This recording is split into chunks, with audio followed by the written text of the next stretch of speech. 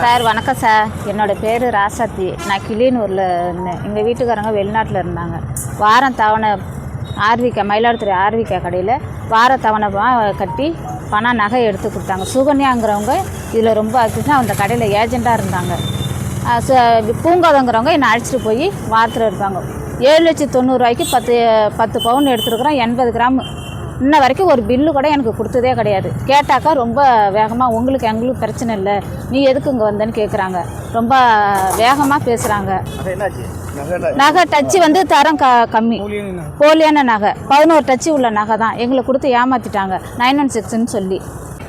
Sir, Mayiladuthurai மாவட்டம் கிளியனூருங்கிற ஒரு ஊரில் ராசாத்தின்னு சொல்லி அம்மா, இந்த அம்மா ஆர்விகா ஜுவல்லரின்னு சொல்லக்கூடிய வண்டிகார தெருவு மயிலாடுதுறையில் இருக்கக்கூடிய ஒரு ஜுவல்லரியில் முன்பணம், அதாவது உங்களுக்கு முதல்ல 9,000 ரூபா பணம் கட்டிட்டு நகையை கொடுப்பாங்க. அந்த நகைக்கு வாரம் 5,000 ரூபா பணம் கட்டுன்னு சொல்லி இந்த மக்கள்கிட்ட பல கோடி ரூபாய்களை இவங்க வசூல் செஞ்சுருக்கிறாங்க. அதில் பாதிக்கப்பட்டவங்க ராசாத்தி. இதில் ஒரு 80 கிராம் நகைகளை வாங்குறாங்க. அதில் 7,90,000 ரூபா பணத்தை கட்டுறாங்க. அதுக்கு எந்த விதமான ரசீதும் அவங்களுக்கு கொடுக்கல. அவங்களுக்கு கொடுக்கப்பட்ட நகைகள் போலியான நகைகள்னு சொல்லி அவங்களுடைய உறவினர் வீட்டுக்கு அந்த சீர் செய்கின்ற போது அந்த நகைகள் ஒரு போலியான நகைன்னு தெரிய வருது. உடனே கடையில் போய் கேட்குறாங்க.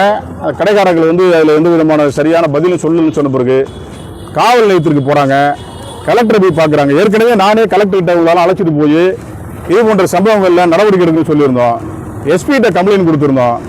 டிஎஸ்பியை பார்த்துருக்குறோம். எந்த விதத்திலும் எந்த நடவடிக்கையும் இந்த மாவட்டத்துடைய காவல்துறையோ மாவட்டத்துடைய வருவாய்த்துறையோ எடுக்கவே இல்லை.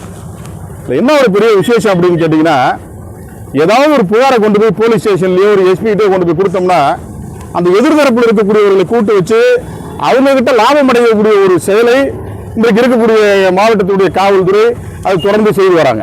அதில் அப்படி பாதிக்கப்பட்டவங்க தான் இந்த கிளியனூரை சார்ந்திருக்கிற ராசாத்தி அவர்கள். ஒரு பட்டியல் சமூகத்தை சார்ந்தவங்க. அவர்களால் போராடவே முடியல. கலெக்டர்கிட்ட சொல்கிறாங்க, எஸ்பிகிட்ட சொல்கிறாங்க, காவல் நிலையத்துக்கு சொல்கிறாங்க, டிஎஸ்பிகிட்ட போகிறாங்க. பல்வேறு அரசியல் கட்சி பிரமுகர்கள்ட்டெல்லாம் போய் சொல்லி இதுமாரி நான் பாதிக்கப்பட்டிருக்கேன், எங்கள் வீட்டுக்காரர் வெளிநாட்டில் வேலை செஞ்சாங்க, இந்த வெளிநாட்டில் வேலை செய்யும்போது அவங்க சேமித்த பணத்தை கொண்டு போய் குட்டி இன்னைக்கு இந்த பணத்தில் இவர்கள்ட்ட கொடுத்து ஏமாந்துருக்கிறேன்னு சொல்கிறாங்க. ஆனால் எந்த நடவடிக்கையோ இந்த மாவட்டத்துடைய காவல்துறையோ இந்த மாவட்டத்துடைய வருவாய்த்துறையோ எடுக்கவே இல்லை.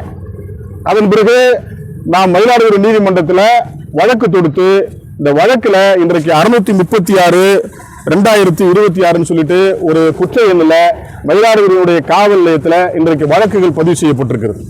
இந்த வழக்கில் பதிவு செய்யப்பட்டிருக்கிற அந்த குற்றவாளிகளை, ராசாத்தி அவர்களை ஏமாற்றிய அந்த ஆர்விகா ஜுவல்லரி சொல்லக்கூடிய வண்டிகார தெருவில் இயங்கி கொண்டிருக்கிற அந்த நிறுவனத்தினுடைய உரிமையாளர், அதனோடு இருக்கக்கூடிய அந்த ஏஜென்ட்டுகளை எல்லாம் உடனடியாக கைது செய்யணும்னு சொல்லிட்டு ஒரு கோரிக்கை வைக்கிறோம். அது மட்டும் இல்லாமல் பப்ளிக்கில் எந்த விதமான பணத்தையும் ஜெனரேட் பண்ண முடியாது. பொதுமக்களிடமிருந்து அரசினுடைய அனுமதி பெறாமல் நீங்கள் பணத்தை ஜெனரேட் பண்ண முடியும், பணத்தை கலெக்ட் செய்ய முடியாது. அதே போல பணம் கலெக்ட் பண்ணியிருக்கிற பணத்தை கலெக்ட் பண்ணியிருக்கிற அந்த பணத்திற்கு எந்த பணத்தை வாங்கினாலும் அதற்கு ரசீது கொடுக்கணும். ஆனால் ரசீது கொடுக்கல.